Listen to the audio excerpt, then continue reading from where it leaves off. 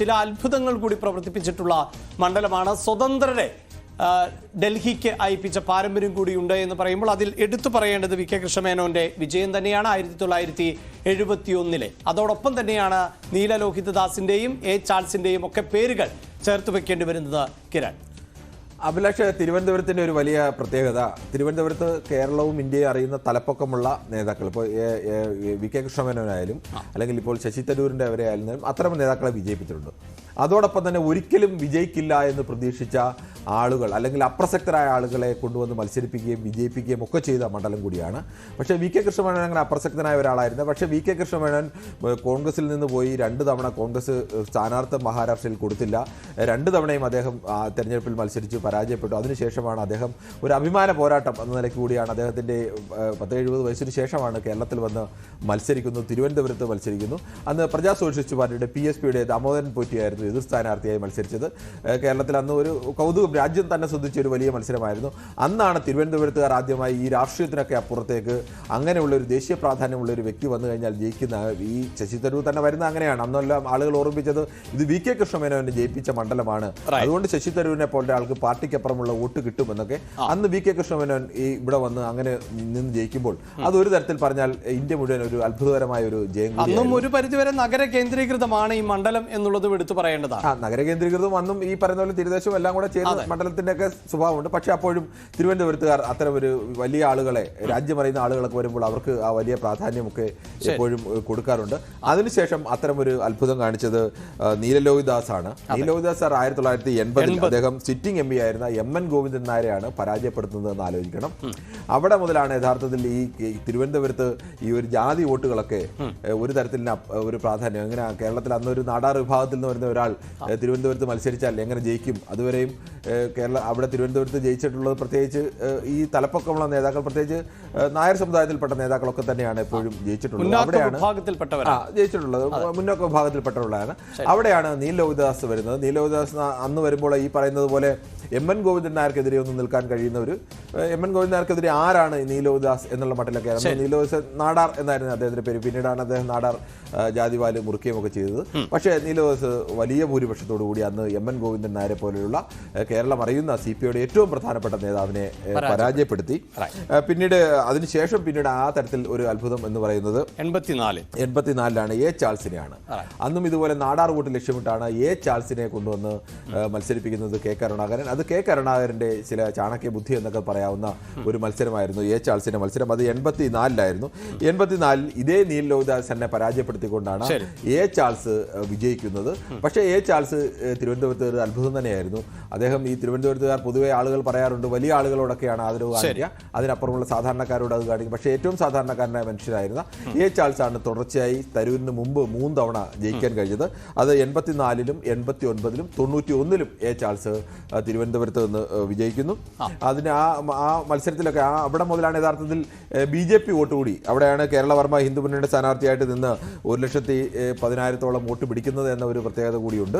അതുകൂടി ഇതിനോട് ചേർത്ത് വായിക്കണം. അങ്ങനെ വോട്ടിംഗ് വിഭജനത്തിലൊക്കെ എങ്ങനെയാണ് കേരള രാഷ്ട്രീയത്തിലേക്ക് ഈ ജാതി വോട്ടുകളൊക്കെ അല്ലെങ്കിൽ ജാതി സ്വാധീനമൊക്കെ വോട്ടുകളിലേക്ക് വരുന്നത് എന്നതുകൂടി അതിൽ ഒരു പ്രധാനപ്പെട്ട വിഷയമാണ്. എ ചാൾസും അതോടൊപ്പം തന്നെ ഇദ്ദേഹവും നീലലോഹിതദാസ് നാടാരും തമ്മിൽ മത്സരം ഉണ്ടാകുന്നു. എ ചാൾസ് വിജയിക്കുന്നു. അദ്ദേഹം തുടർച്ചയായി 3 തവണ. പിന്നീട് ശിവകുമാറിന്റെ വിഷയത്തിലായാൽ പോലും ആ ശിവകുമാരൻ ജയവും കൂടി ഒരു പരിധിവരെ ഇതിനോട് ചേർത്ത് വെക്കാവുന്നതാണ്.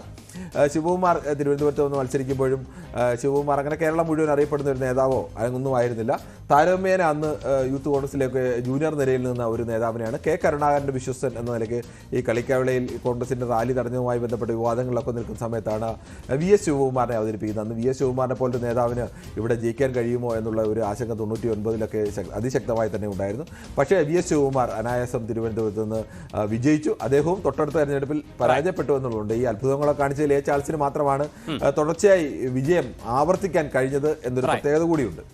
എന്തായാലും നമുക്ക് വളരെ പെട്ടെന്ന് ഈ തിരുവനന്തപുരം ലോക്സഭാ മണ്ഡലത്തിലെ നിയമസഭാ മണ്ഡലങ്ങളെ കൂടി പരിശോധിക്കേണ്ടതുണ്ട്. അവിടെയാണ് നേരത്തെ സൂചിപ്പിച്ചതുപോലെ BJPക്ക് കേരളത്തിന്റെ ചരിത്രത്തിൽ ഒരേ ഒരു നിയമസഭാ മണ്ഡലത്തിൽ നിന്ന് മാത്രമാണ് വിജയക്കൊടി പാറിക്കാൻ സാധിച്ചിട്ടുള്ളത്. ഒരിക്കൽ മാത്രമാണ്, അത് നിയമമാണ്. ആ നിയമവും കഴക്കൂട്ടവും വട്ടിയൂർക്കാവും തിരുവനന്തപുരവും പാറശാലയും കോവളവും നെയ്യാറ്റിൻകരയും ഉൾപ്പെടുന്ന നിയമസഭാ മണ്ഡലങ്ങൾ ഉൾപ്പെടുന്ന ലോക്സഭാ മണ്ഡലം ആണ് തിരുവനന്തപുരം. അതോടൊപ്പം നമ്മൾ വളരെ പെട്ടെന്ന് കഴിഞ്ഞ തെരഞ്ഞെടുപ്പുമായി ബന്ധപ്പെട്ട ചരിത്രത്തിലേക്ക് പോവുകയാണ്. അതുകൊണ്ടാണ് ഈ തെരഞ്ഞെടുപ്പ് വളരെ പ്രധാനപ്പെട്ടതായി മാറുന്നത്. 2019 ലോക്സഭാ തെരഞ്ഞെടുപ്പിന്റെ ഡേറ്റകൾ ഉൾപ്പെടെയാണ് പ്രേക്ഷകരുമായി ഇനി വളരെ പെട്ടെന്ന് പങ്കുവെക്കേണ്ടത്. ആ വോട്ടിംഗ് ശതമാനം, ആ വോട്ട് കണക്കുകൾ പരിശോധിച്ചാലാണ് ഇപ്പോഴത്തെ സ്ഥാനാർത്ഥികൾ എത്രത്തോളം പ്രധാനപ്പെട്ടത് എന്നത് വിലയിരുത്തേണ്ടത്.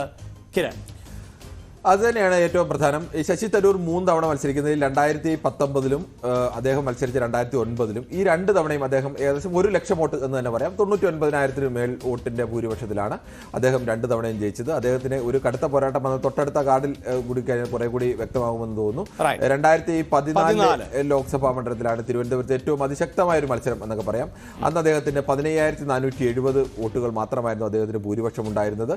അന്ന് ഒ രാജഗോപാലായിരുന്നു മുഖ്യ എതിരാളിയായിരുന്നത്. Bennett Abraham CPIയുടെ സ്ഥാനാർത്ഥിയായിരുന്നു. 3ാം സ്ഥാനത്തേക്ക് CPI തള്ളപ്പെടാൻ തുടങ്ങിയത് ഈ തെരഞ്ഞെടുപ്പ് മുതലാണ്. 2014 തെരഞ്ഞെടുപ്പിലാണ് 3ാം സ്ഥാനത്തേക്ക് CPI തള്ളപ്പെട്ടു പോയതും. അന്ന് ആ തെരഞ്ഞെടുപ്പിൽ എങ്ങനെയാണ് ബെനറ്റ് എബ്രഹാം വന്നത് എന്ന് സംബന്ധിച്ചൊക്കെ പിന്നീട് പേയ്മെന്റ് വിവാദവും ഒക്കെ CPI പെയ്ഡ് സീറ്റ് ഒക്കെ വന്ന് അവസാനം പാർട്ടിക്കുള്ളിൽ തന്നെ നടപടിയും ഒക്കെ ഉണ്ടായത്. അന്നത്തെ ഏറ്റവും പ്രധാനപ്പെട്ട പ്രത്യേകത, അന്ന് ഒ രാജഗോപാൽ മത്സരിക്കുമ്പോൾ അവസാന ഘട്ടം വരെയും രാജഗോപാൽ ജയിക്കും എന്നുള്ള മട്ടിൽ തന്നെയാണ്.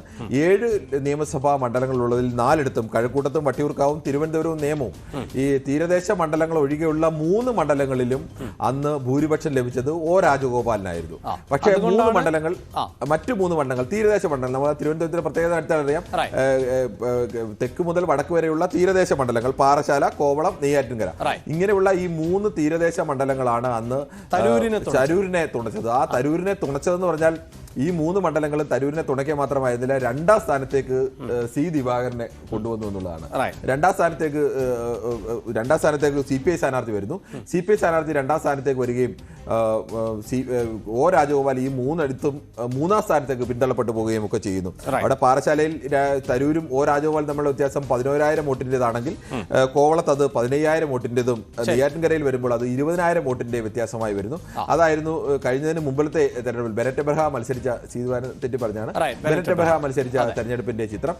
കഴിഞ്ഞ തവണയാണ്, പക്ഷെ കഴിഞ്ഞ തവണ ആകെ നേമം മണ്ഡലത്തിൽ മാത്രമാണ് കുമ്മൻ രാജശേഖരന് മുന്നിൽ വരാൻ കഴിഞ്ഞത്. ബാക്കി എല്ലാ മണ്ഡലങ്ങളിലും 6 മണ്ഡലങ്ങളിലും കഴിഞ്ഞ തവണ ശശി തരൂരിന് ഒരു മുന്നേറ്റം ഉണ്ടാക്കാൻ കഴിഞ്ഞു. ശശി തരൂരിന്റെ ആധിപത്യം, വ്യക്തമായ ആധിപത്യം, അല്ലെങ്കിൽ എല്ലാ മണ്ഡലങ്ങളും, നിയമം ഒഴികെയുള്ള എല്ലാ മണ്ഡലങ്ങളും, ആ നിയമത്ത് തന്നെ പിന്നീട് നടന്ന തെരഞ്ഞെടുപ്പിൽ, നിയമസഭാ തെരഞ്ഞെടുപ്പിൽ CPM ആ മണ്ഡലം പിടിച്ചെടുക്കുകയും ചെയ്തു BJPയുടെ കയ്യിൽ നിന്ന്. അങ്ങനെ ഒരു ആധിപത്യം ശക്തമായി തന്നെ കോൺഗ്രസിന് സ്ഥാപിക്കാൻ കഴിഞ്ഞ ഒരു തെരഞ്ഞെടുപ്പ് കൂടിയായിരുന്നു കഴിഞ്ഞ തവണത്തെ തെരഞ്ഞെടുപ്പ്.